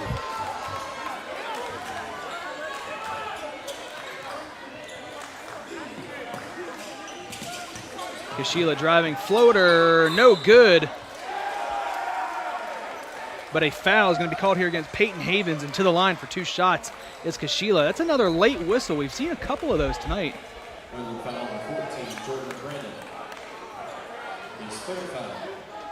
I'm not sure about that.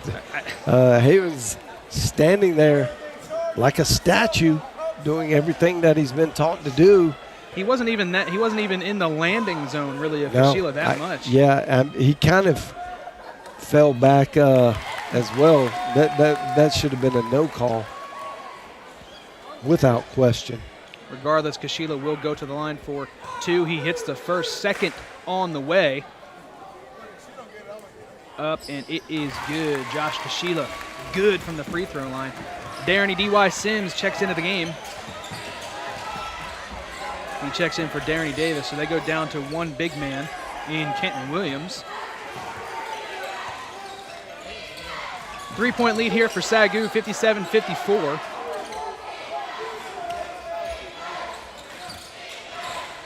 Nine to shoot here for Wayland Baptist. Obenwa may have a mismatch here on Williams. He's going to pull up from 3. Obenwa's 3, no good. Rebound brought in by Kashila.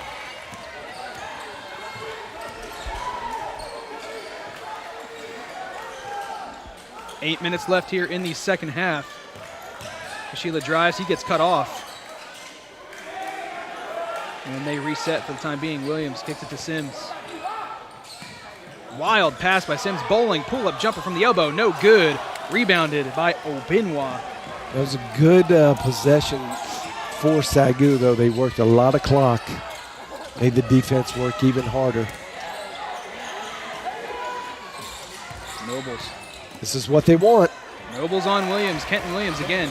You mentioned earlier, he's got those 3 fouls. Got to be careful, and they take advantage. Nobles with his 13th point again pulls Wayland Baptist to within 1. Well, at this point in the game, it was good layoff there by Kenton Williams. You know, you got a lot more battles coming your way, so sometimes you got to lose a couple battles to win the war. Sims pulls up from the free throw line. That's no good. Williams tips it back up. Can't get it to finish. That should be a foul on Nobles.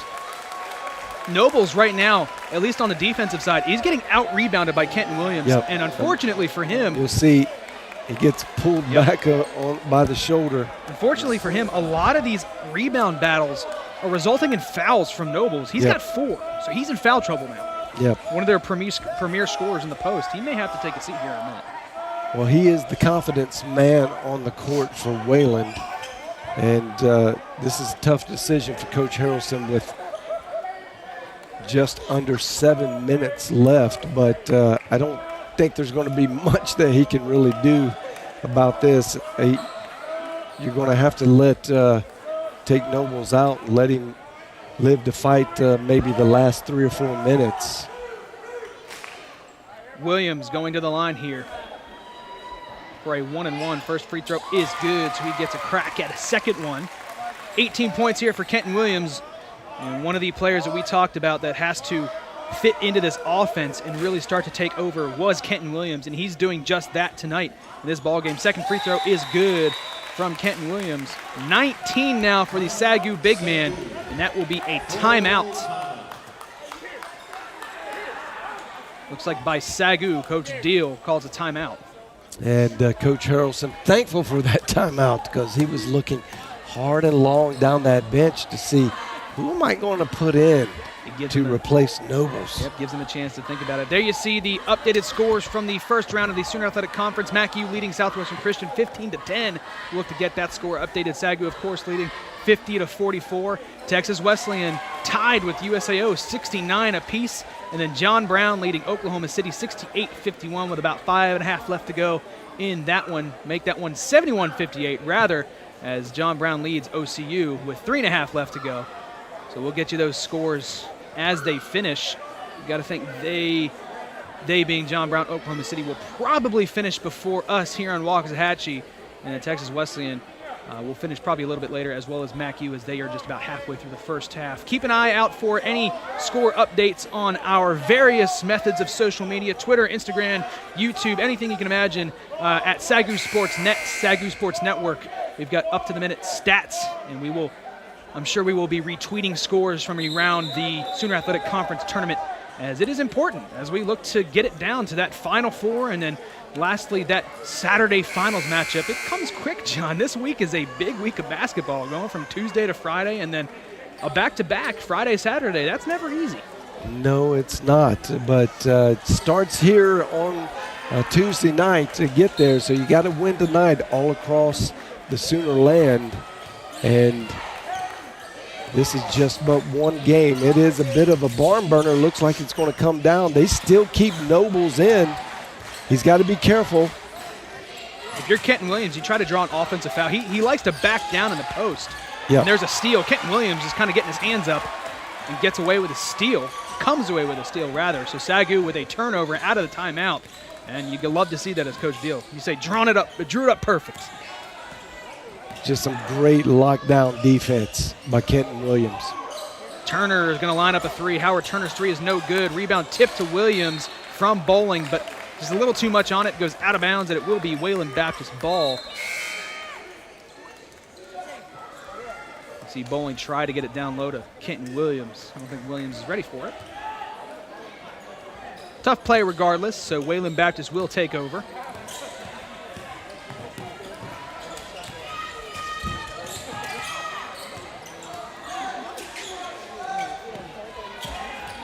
Nobles drives, goes right at Williams, up and in. That was a great take. Going at Williams, trying to get his fourth foul on him as well. We go down low to Williams, guarded by Nobles. Swing pass to Bowling, Bowling for three, that's no good. DY with the rebound, he kicks it back out and they reset. Turner drives, mid-range jumper, no good. DY Sims tries to go up for the rebound. Can't come away with it, and it will be Wayland Baptist ball.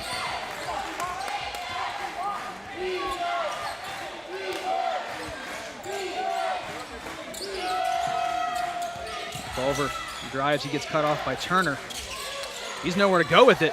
He calls a timeout. Great defense there by SAGU. Howard Turner, the freshman. Yep, Howard Turner to avoid the 5-second call. He calls a timeout, and Wayland Baptist heads to the bench here, down one. Look at the defense by Turner.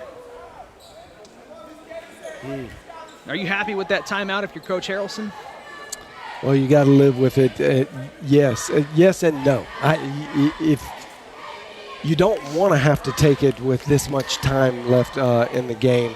Just two left for. Yeah, now it takes them down to two. So, but you also don't want to lose the possession. And Culver knew that 5 seconds was creeping up on him. I don't know. I didn't see the ref there counting. So he may have had a couple more seconds to work himself out of a jam, but he had picked up his dribble, so he was in trouble. So, yeah, you got to at least take the possession, but this is what's highly important. And I'm sure he said, well, we took the timeout. We have to score. We have to score here. So if they score here, timeout's worth it. Yeah, yep. and it puts them up by one. So this was crucial. It was good heads-up play by Culver to know enough, hey, we're this close. We're only down one. Probably a good idea to get the timeout. It would be their first lead since going up 2-0 to start the game. SAGU's really been in control of this game. It's been tightly contested, but in terms of having the lead, SAGU's really been in control. Wayland Baptist comes out of the timeout with 11 to shoot on the shot clock. So like you said, we'll look to see. They've got to score on this possession to make that timeout worth it. They're actually going to inbound from the baseline. They get it to Nobles. Culver, he's going to line up a three from the corner. It's good. It rattles around and falls. So Wayland Baptist now with their first lead since the opening seconds of the ball game, 61-59. They go down low to Williams. Gets the pass to Davis. Davis tries to get his own miss. Up and back in. Darian Davis battling on the boards. Ties it. 61 apiece. So Williams has got to understand that his man has 4 fouls. Oh, good defense by Williams. And he needs to go ahead and take that mantle and just take it right to the middle of his chest. Lazy pass by Davis up ahead. Bowling fouls him and the bucket, count it. Trey Fillmore will go to the line here for a 3-point play, and they're going to get Noah Bowling for the foul. Just get that swipe with the right hand. Yeah, I mean, he doesn't agree with it. Well, and he didn't hit him, but it looked like he did.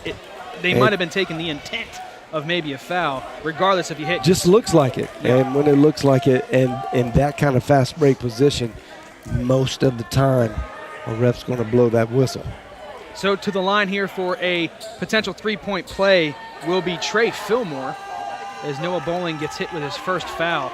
To the bench goes Nobles. Fillmore misses the free throw. Rebound by Bowling. Checking in for Nobles will be Deng James Boyoy, the 6'11 product from Uganda. Darian Davis jumper from the elbow is good. Darian Davis ties the game up at 63 apiece. Makes up for that bad pass earlier. Yeah. Now he's got to play a little defense. They call another timeout here. That brings them down to 1. Surprising. Just over 4 minutes to play, and they leave themselves with 1 timeout. SAGU has 4. Interesting. Here's some good calculated understanding of the game by Coach Harrelson. He understands that he's not just playing your below average coach over on the other side. Right. So he's counting on Coach Dill using his, and he knows that he'll be able to squeeze in a rest. But the idea is, you call the timeouts when you really need them. And now at this point, for the next at least 3 minutes, he's going to have to pocket that last timeout and just hope that his defense holds up. SAGU doesn't go on a run where he would need to call it and then take whatever Coach Dill gives him. That was a full timeout by Wayland Baptist, so they've got a chance to look at draw up some plays here. We're going to give you a live look in to the scores through the first round of the Student Athletic Conference Tournament. USAO, John, we've said keep an eye on it. They're up 81-80 on Texas Wesleyan. The final in Arkansas, John Brown beat Oklahoma City 80-65. So good win there for the Golden Eagles as they are the first team in the Final Four. And look at that score. That's a big scoring game. That is definitely a 100-point pace that's happening over in Fort Worth tonight. Yep. 81-80 lead for the Drovers. Barn burner in Fort Worth. So congratulations to John Brown, the first team advancing to the Final Four of the Senior Athletic Conference Tournament. Of course, we saw them here just on Saturday as they defeated SAGU in double overtime. The win over the Lions. 3-ball missed by Obinwa. Noah Bowling with the rebound. He brings it up ahead. We are under 4 to play here in the second half, tied at 63 apiece.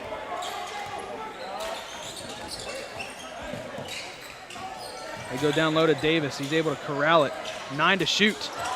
Wild pass cannot be saved by Culver, and then into the stands he goes. And that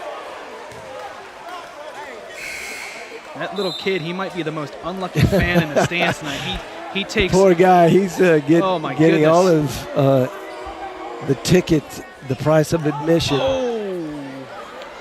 He caught a knee right to the side of the head from the charging Culver. Oh my goodness, he can't catch a break. Took an errant pass to the face, the ball hit him in the head. McMullen goes up, reverse layup, no good. Kenton Williams comes down with it, and he gets fouled by Culver. It looks like they're gonna get Culver on the foul. McMullen, a little fortunate here, clanks it off hard, comes straight down to Williams.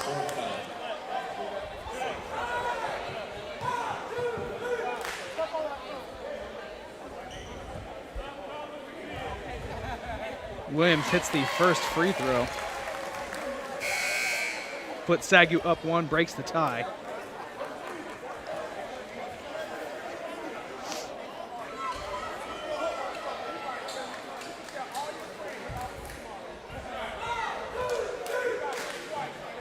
Second free throw on the way here from Kenton Williams to put SAGU up 2 is good. Kenton Williams with 21 points. Gives SAGU the 2-point lead, 65-63, coming up on 3.5 left to play in the second half.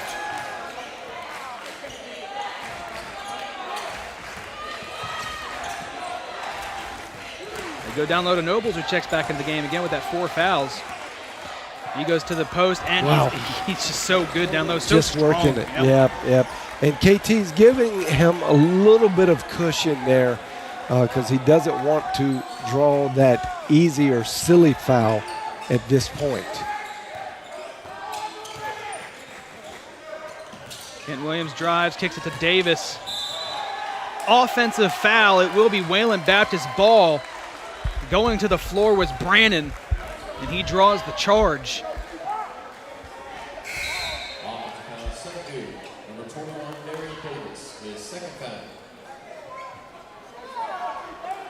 So in a tie game, SAGU turns it over with the offensive foul. 3 minutes left to go on the dot.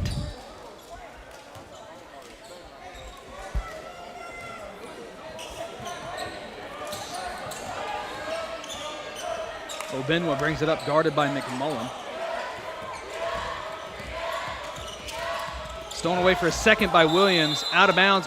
Off Wayland, it will be SAGU ball. They battle back on the defensive end and force the loose ball, and it goes out of bounds. I think Mitch McMullen talked him into it. He talked the ref into it. That's probably a jump ball type scenario. Two guys going after it. And he jumps in. Oh, yeah. That's tough. Yep. That's tough. See McMullen. And he will bring it up.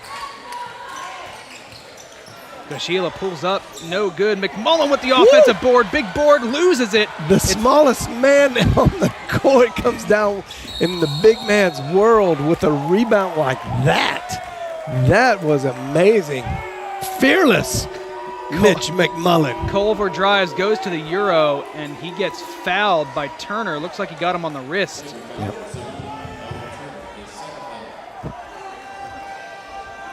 So Culver will go to the line here for 2 shots. First free throw is no good from Culver. So the game will remain tied for the time being.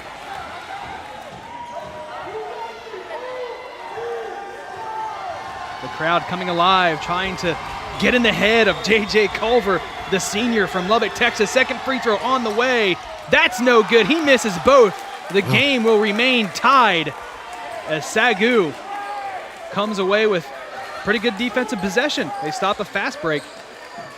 Yeah, those kind of things drive a head coach crazy when you don't hit the clutch free throws. Oh, great move. Kenton Williams and the foul. It counts. He will go to the line for the three-point play. Kenton Williams taking over on offense late in this game. That was a great, very reminiscent of James Worthy. I don't know if you even know who he is. Of course, the Lakers. Of course I know James Worthy. What, who are you talking to? I'm an NBA head, John. Come on, man. Great turn. He will go to the line as they do a little mop-up duty where Kenton Williams landed. Look to put SAGU up 3. 23 points on the night for the senior. Just a fantastic game for Kenton Williams.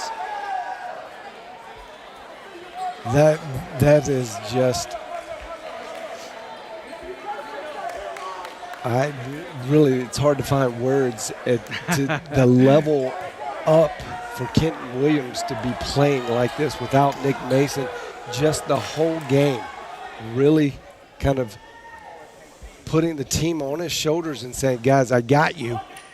Just do your part, and I got you. He misses the free throw, so the three-point play will not be completed. So SAGU's got a 2-point lead. We are at 2 minutes remaining here in this one. SAGU again, 2-point lead. Wayland Baptist with possession. Here's Culver. He drives, he stops, he gets cut off. Long pass, corner 3 on the way, no good. Gets his own rebound, does Fillmore.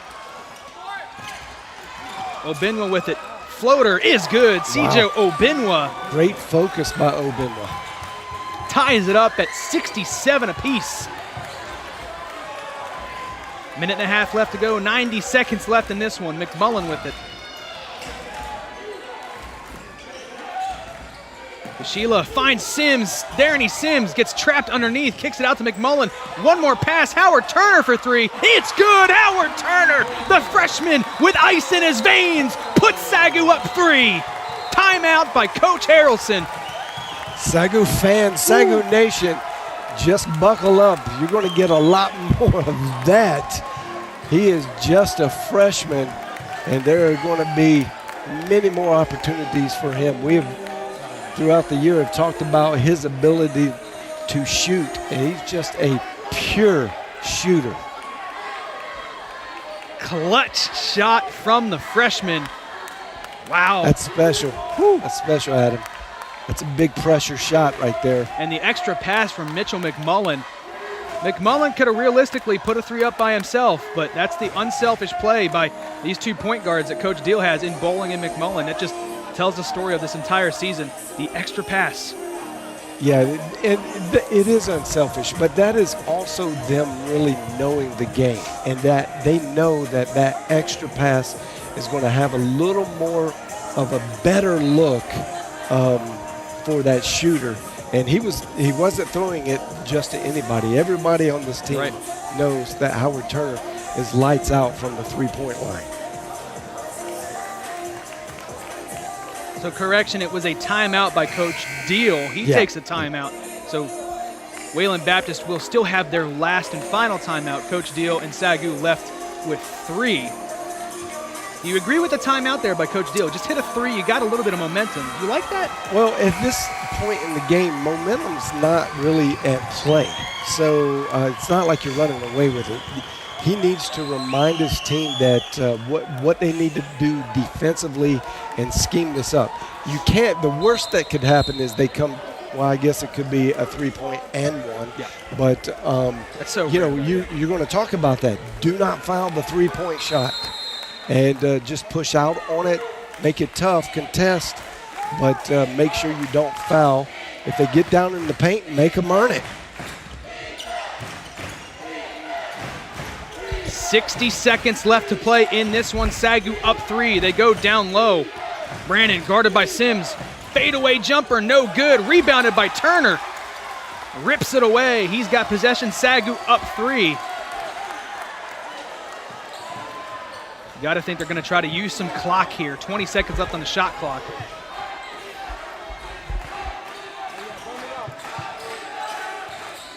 They go down low to Williams. Williams in the paint. Layup, no good. Gets his own miss.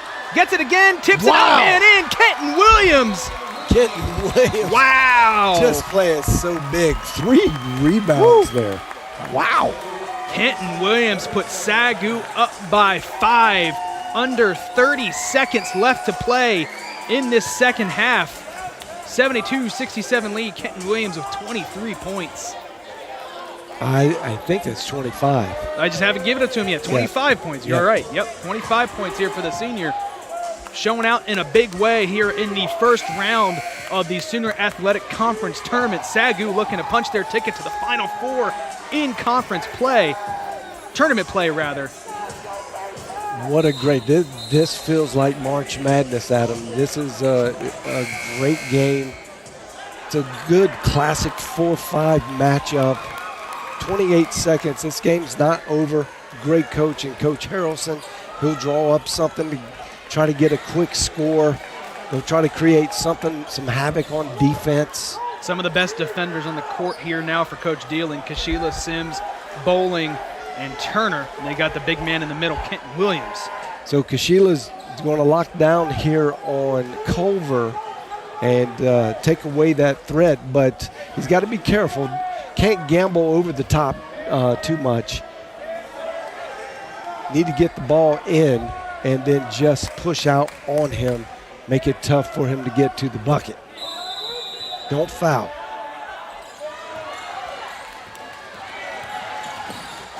Sheila trailing Culver. Step back 3 by Culver. It's good. J.J. Culver hits the 3 and pulls his team within 2. Timeout by Coach Harrelson. That will be their last. Yeah. Huge shot by J.J. Culver. Yeah, Coach Harrelson just putting it on his seniors here, and we haven't heard much from Culver, but well capable of shooting the 3-point shot, and obviously Coach Harrelson trusts him. And that was a design play. Get it to Culver, let him go to work. There was a bit of a dysfunction that happened at the top of the key. Ran into his own man. Yeah. So he got the step back and he lost Kashila. as you see, Kashila's running hard with him here, but there's another Wayland player that distracts Kashila and causes the split. It's kind of like the rub route. Culver, he Culver's runs man. right into him. Kashila doesn't know really how to react to that. Uh-oh. Coach Harrelson has his hands up asking for a foul, but his DY contests it. Yeah. And it was just a great shot by Culver. He calls the high arcing shot by Culver.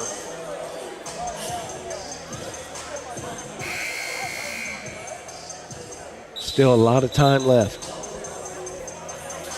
21 seconds left in this one. SAGU up 2, and you got to think that.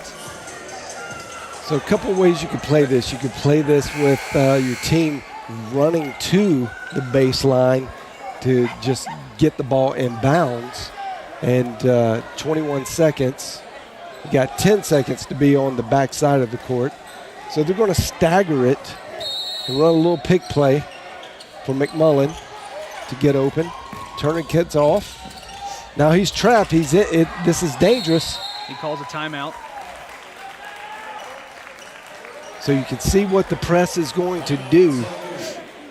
This could be a good setup for, well, they had a safety outlet, Wayland did, so that the home run ball wasn't going to get thrown. And so, you know, most of the savvy coaches are definitely going to protect the home run here.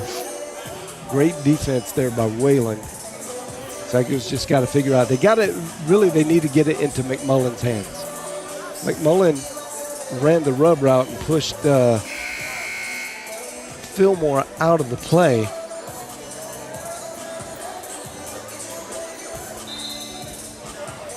You can see it there in slow motion. Heads up play by Turner. Little bit of panic, and justifiably so. You're trapped.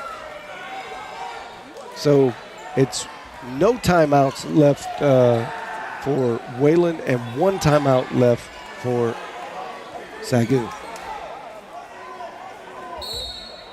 Darren Davis to inbound it. He gets it to McMullen. He's got some space to work with, and he's going to get fouled. McMullen will go to the line for 2 shots to try to put SAGU up 4. It's a well-drawn-up play there by Coach Delton Deal. Yes, it was. And like we kind of anticipated, get it to McMullen, let him push it up. These are huge. He hits the first, does Mitchell McMullen. And this is where they lost it just Saturday night from the free throw line. They hit 2 of 9 down the stretch. Across 2 overtime periods. Rough free throw shooting, but in this one tonight, SAGU's been pretty good from the line. And Mitchell McMullen has a chance to put his team up by 4 if he hits this second free throw.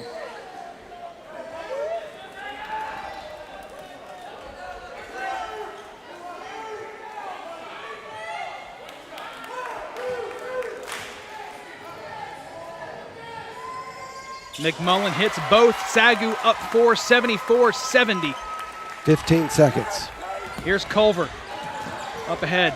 Thought about a 3, but he gets double teamed. They go down low to Nobles. Shot is no good. Culver with the rebound, puts it back up, no good. Nobles with the rebound, he puts it back up and in. Jack Nobles making it a 2-point game, and they turn the ball over. 3 ball to win it, no good. Wow, what a chance that they had at the end by Trey Fillmore. Wow. Thrown away by SAGU. Kenton Williams. Incredible. Fillmore had a little bit more time to work with. Could have maybe stepped into it. Just didn't have enough on it. And that will do it for this one. SAGU holds on for a 2-point win, 74-72. John, what a game here in the first round of this conference tournament. Well, this is to be expected in the Sooner Athletic Conference, especially between a 4 and a 5 seed. These teams are so closely knitted together in their talent levels and their coaching levels, and it's just so interesting to be able to watch these games like this. You just never know what the outcome is going to be. Well, we know what the outcome was tonight. SAGU with the 74-72 win. There you see, as opposed to the first half, that field goal percentage that went from 30% to 43% for Wayland Baptist really shot the ball well in that second half and flip-flopped to lead the game in that field goal percentage category.